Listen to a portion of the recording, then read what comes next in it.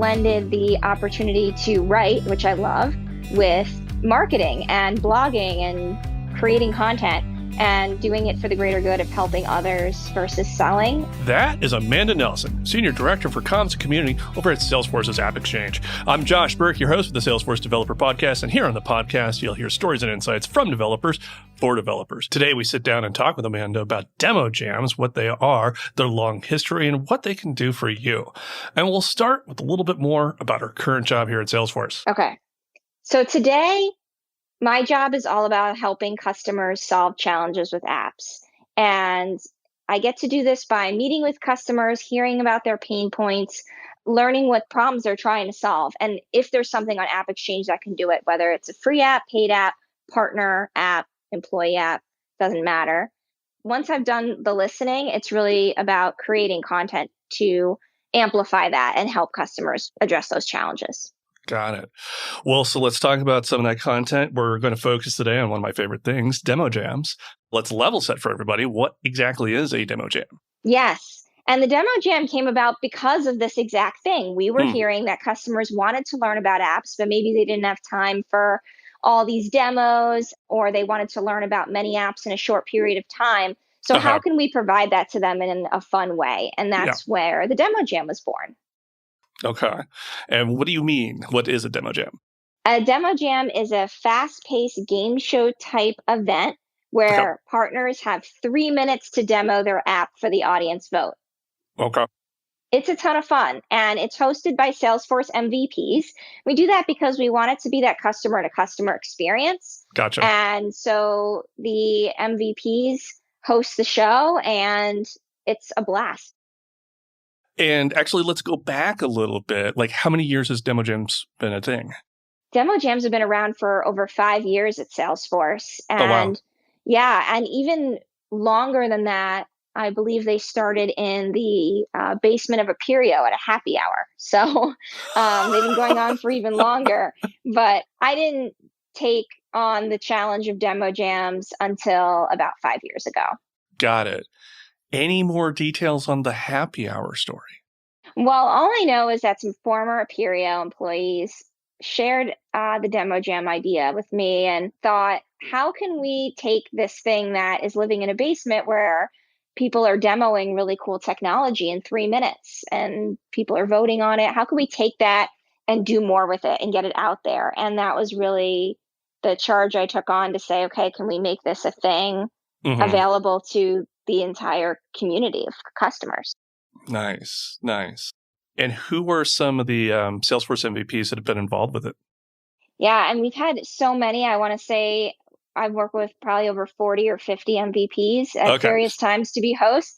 But the main hosts that I work with are Joshua Hoskins and Jeff Gross. They have been the hosts of our monthly demo jam, which has gone on for 5 years straight, every month, every third Thursday. And we've changed technologies and done it lots of different ways, but we've kept it going every third Thursday for 5 years with those guys. Wow. That's pretty impressive, especially in the age of a pandemic, how did you change gears and keep that going? Yeah, what was great is that the demo jam had always been online, so that was easy to translate.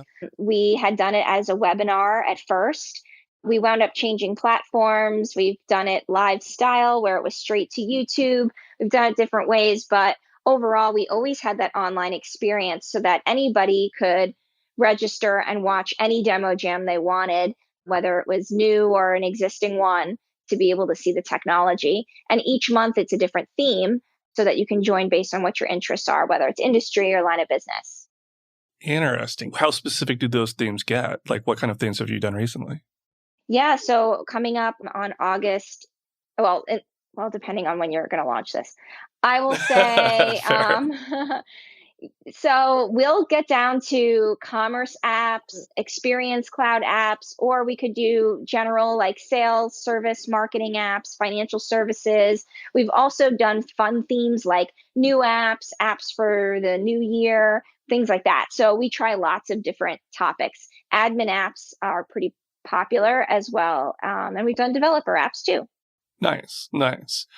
Now, let's break down some of the elements of the demo jam and kind of like how they work. For instance, like why 3 minutes? Like why was that the time that kind of got settled in? I think while most participants think the demo jam's all about winning, what it's really all about is telling a great story. Okay. And the opportunity is to pitch and demo and show versus tell in a succinct amount of time. And we Mm-hmm. found that for a Salesforce app, you should be able to tell that story in 3 minutes. And that theme helps you. It helps you carve the story out because we're focused on admins or developers. Mm. So you can really hone in and focus on that storytelling. We also make sure that we do a little bit of training to help the partners prepare for those 3 minutes. I think anything Okay. longer than 3 minutes can start to get kind of drawn out.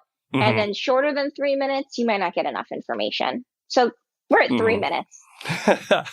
I mean, people think, 3 minutes, like, is just not a lot of time, but it actually, like, 3 minutes is a chunk of change when it comes up to actually getting up on stage and trying to perform something that's going to kind of delight a crowd. Tell me a little bit about the level of coaching, because you're talking about people who are partners and maybe they don't have, stagecraft. Like, what do you do to kind of help them get up there and being successful? Sure. And I will say 3 minutes is a long time. I'm a tap dancer, and a 3 minute tap routine is exhausting.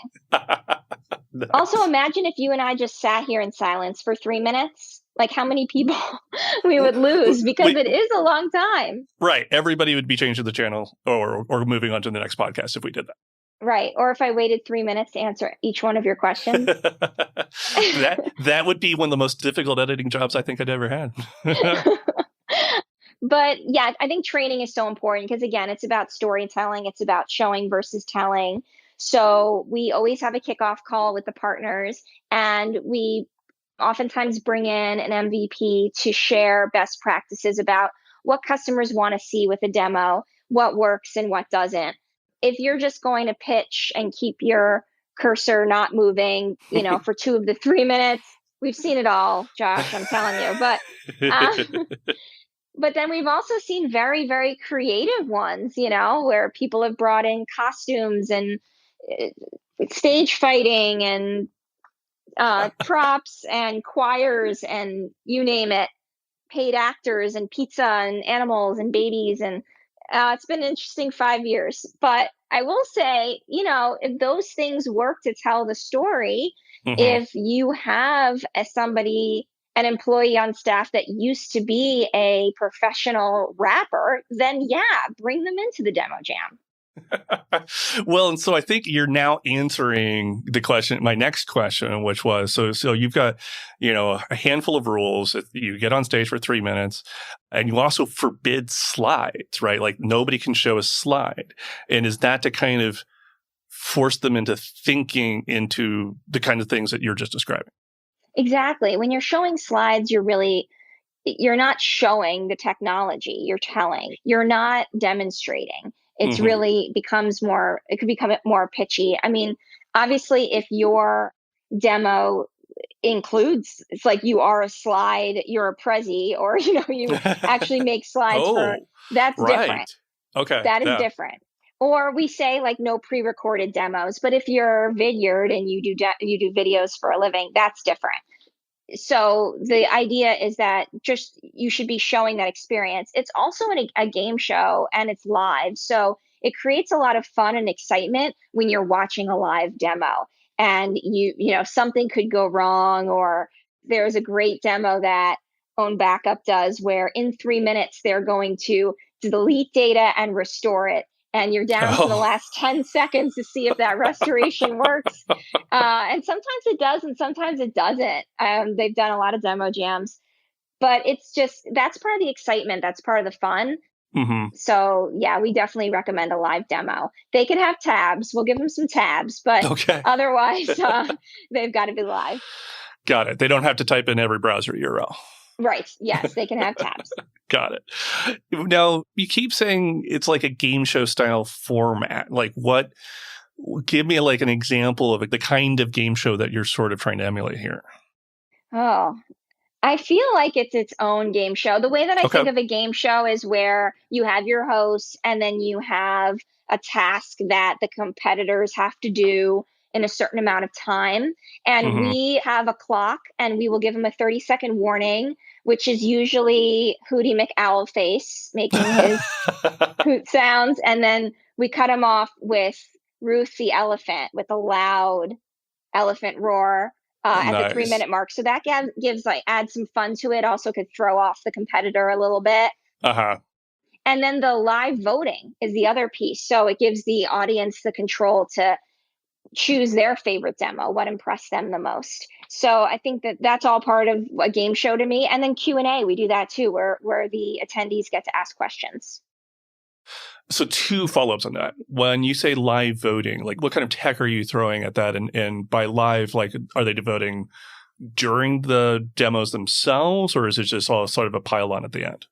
We've done voting so many different ways over the years, but I would say if there's anyone listening who likes to like develop a tool for me for voting, that would be really cool. But basically, the idea is that after all of the demos are done, the voting is open. Okay. And it could be open for 3 minutes or 3 days. It all depends on the kind of demo jam we're doing and how Hmm. many, how big the audience is. It's one of those things where you could vote on Twitter. We've Uh-huh. used little polling tools online. We've used voting and polling within webinar platforms. We've done clap your hands, raise your hand. We've done all sorts of stuff, you name it. Gotcha. Gotcha.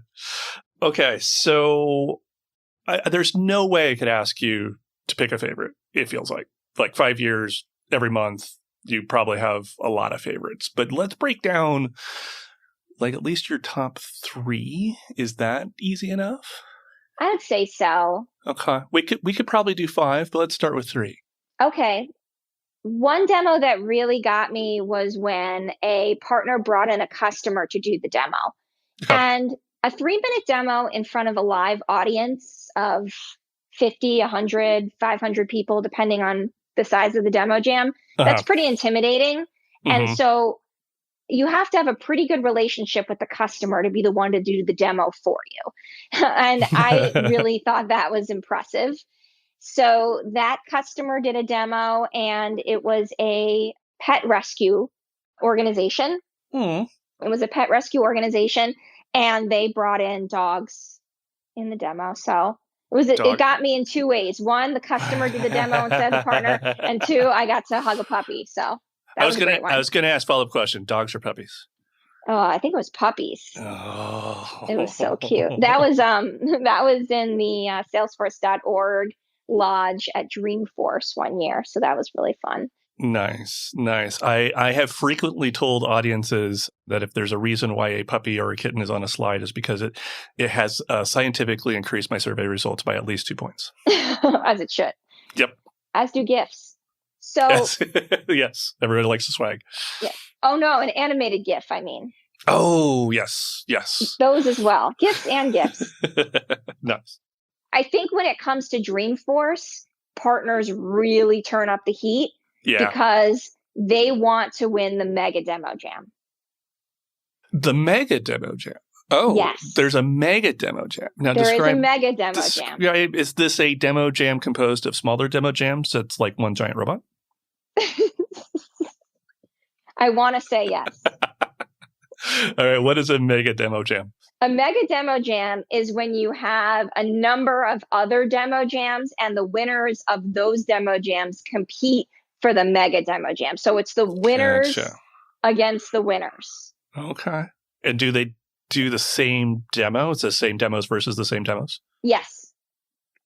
Same exact demo. So at Dreamforce, we started this in, I want to say 2016. So from 2016 to 2019, what happened was we would have a demo jam at every lodge around campus. So Mm-hmm. sales, service, marketing, admin, developer. And all of the winners of those demo jams would go on to compete in the mega demo jam. And the mega demo jam would have a big stage. We'd have an executive giving out the trophy.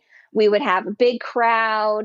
And the winner of the mega demo jam would get a trophy twice the size of the regular trophy. I don't even know how they got it home because it weighed like 10 pounds. And it was just really fun. And so a lot of amazing demos came out of that. So, because actually, let's put a pin in that one. The normal trophy is relatively tall, right? Yeah, the normal trophy is it's wood with Okay. metal etching, Okay. and it has the Demo Jam logo on it, it has Appy on it, AppExchange logo. It is about 1.5 feet long and Oh, a few inches wide. okay. It's a big thing. It's a great doorstop. It's a lot of things. And we've probably given out over 1,000 Oh, Demo wow. Jam trophies over the years. Yeah.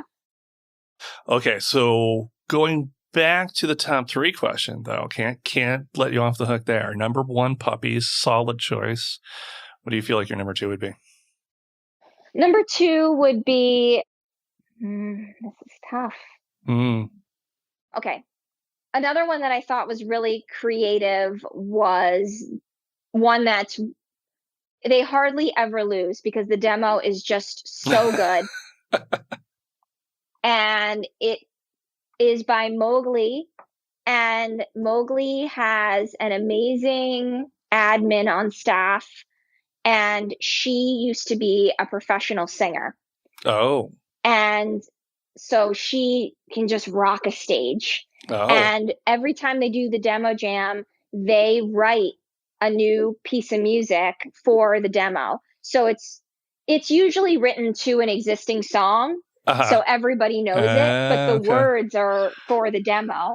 And then okay. they have somebody actually driving the demo. So it's super creative, Wow. super fun. It gets everybody dancing, and it's just a really creative way of demoing your technology. That was going to be my follow-up question. Like, is it just the song, or it's the demo put to a song? Then I think it's both because the lyrics are nice, really creative too. nice, nice, nice. Yeah, and we've interviewed her, and she also got picked up by some major news outlets that came and watched the demo jam and wanted to Oh, interview wow. her. Yeah, Nice, nice. On that, I believe you've also had a choir at one point. we had a choir. Yep, I believe that was Capato. Okay.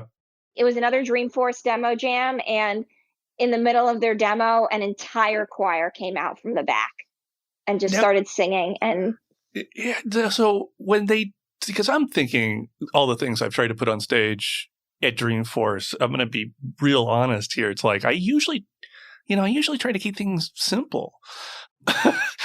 How much heads up do you get that's like, oh yeah, by the way, our demo's going to have a choir in it? that one we did not know about the choir at all. I don't Oh know my how they got God. everybody in.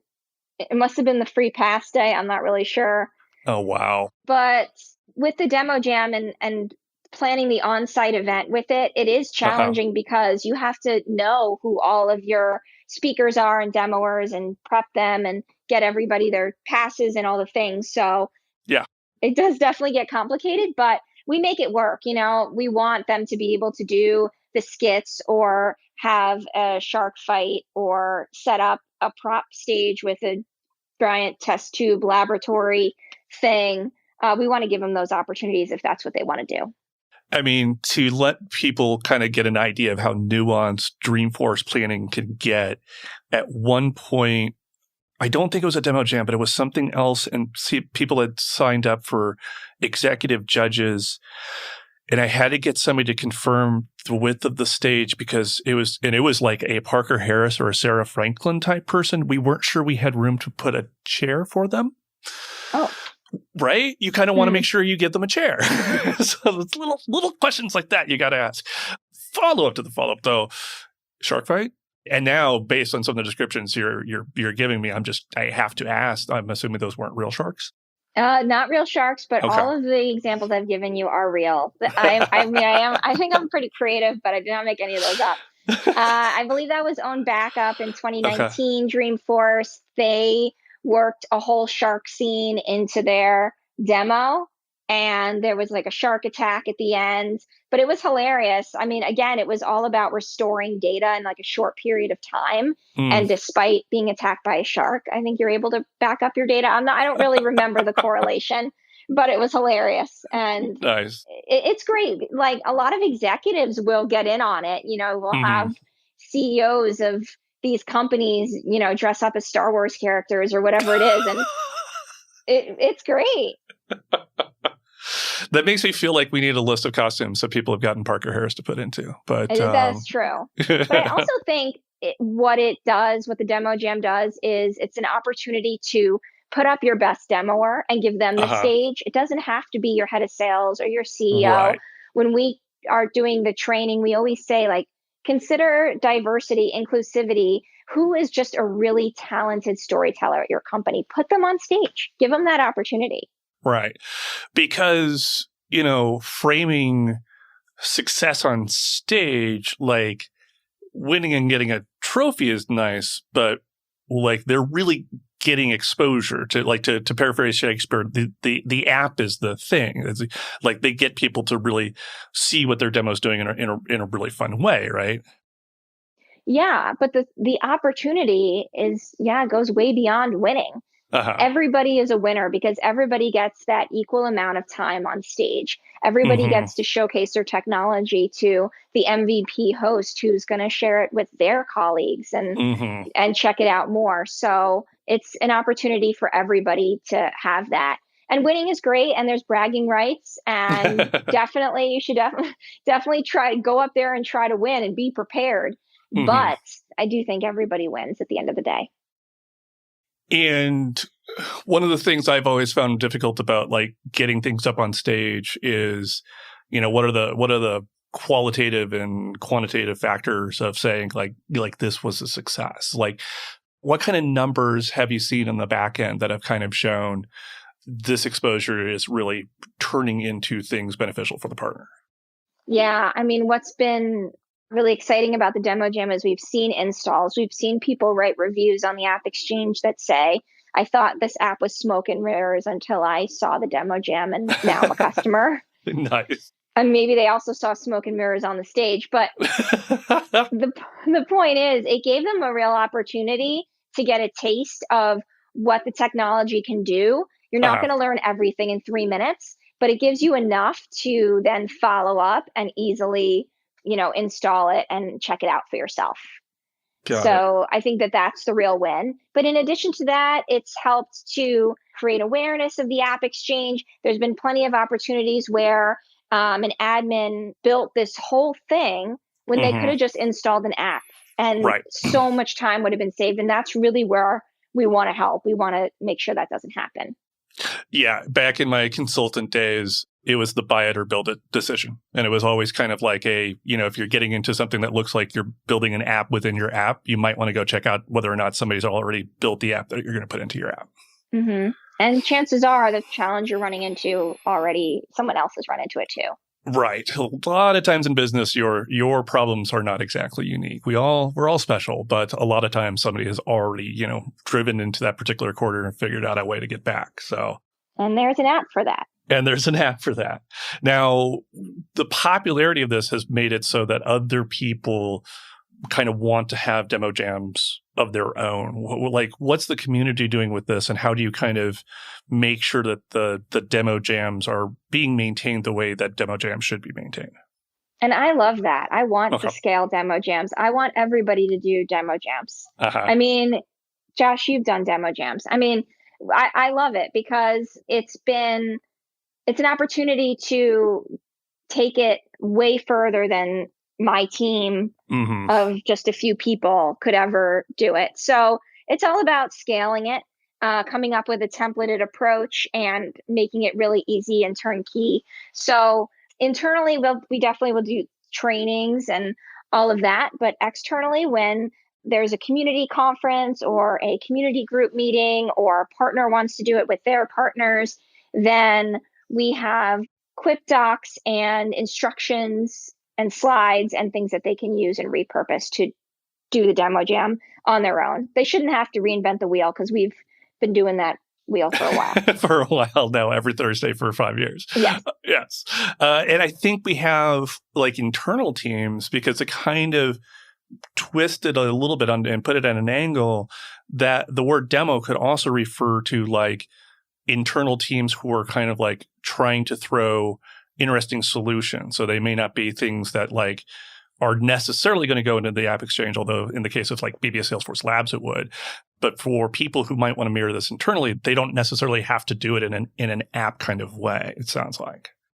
Yeah. So Salesforce.org, Salesforce Labs, other clouds, they've all done demo jams. And basically they'll consult with my team about how to do it and kind of the different elements that they want to add or bring to it, which we're totally open to. I think you want to keep the integrity of the demo jam brand and trophy so that it remains that coveted thing. I gotcha. So that's really the only thing. And the other, actually, the other piece is that we want to help. So we will happily be a part of it and have AppExchange as a partner in your demo jam. And 9 times out of 10, that's people want that. They want the support and the help. So it's usually not too hard to get people to let us join the fun. Yeah, because I'm just going to throw this out here, having put together a wide variety of events. You're making this sound easy, but it's not. So I could see where your team would be a really valuable resource. Yes, I've had my fair share of literally running around Dreamforce looking for a person who has to be on stage in 10 minutes. Right. And I run to the expo and I find him in the booth and I'm like, you have to come with me right now. And I grab his hand and I drag him and we get on stage. That has happened. Or, people have dropped out or something, a flight's delayed. Or even in person, technical difficulties, not being able to work Zoom or whatever. We've dealt with all sorts of things, but I always put it back to this is a game show, this is live, and these things are going to happen. These things are going to, yeah. April Kyle Nassi and I once tried to pitch an idea that we should be able to LoJack all of our speakers. It didn't gain much traction. Yeah, I try to meet with all of them before in real life if I'm doing it in person. So I'll go to the booth, I'll introduce myself, and I'll be like, in 2 days, you have to be here at this time. Make sure they see my face and they remember. Got it. Okay, so 2 questions. First of all, if I'm a partner and I'm hearing this, how do I sign up? Sure. So we would love to have you as a partner be a part of the demo jam.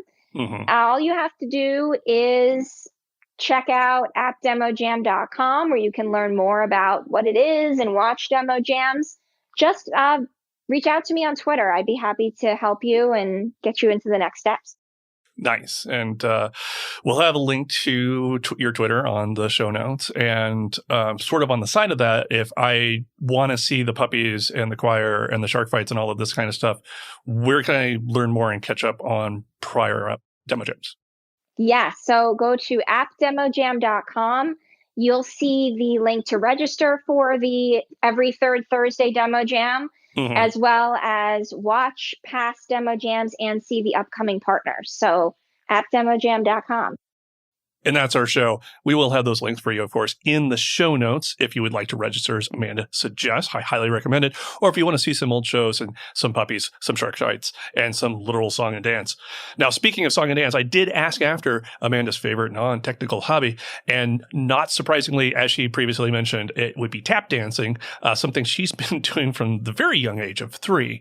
However, I did ask a follow-up question based on some information that was on her LinkedIn about what a pet therapy volunteer was. And I'm going to warn you, this response really hits the heartstrings. Yes. So, okay, I'll answer this question. Well, sadly, I do not have my dog anymore. Oh. But when I had a border collie for 14 years, and I wanted to find a way to get my volunteer hours in at Salesforce while involving my dog, because he and I were besties. Aww. And so I did some research and I found pet therapy. And so I got my dog registered as a pet therapy dog for hospice patients. And we would go Oh, around to various hospice facilities, and that people would be able to pet him and talk to me about him and all of that. My favorite story is there was this 90-year-old man and he wasn't eating. And the nurse was like, you can go in, but it's breakfast. He's not going to eat, but yeah, you can still go. So I yeah. went in, sat down, he started petting Cooper, and then he ate his entire breakfast, Josh. I want to thank Amanda for the great conversation and information. And you know what? I want to thank Cooper for being such a great dog.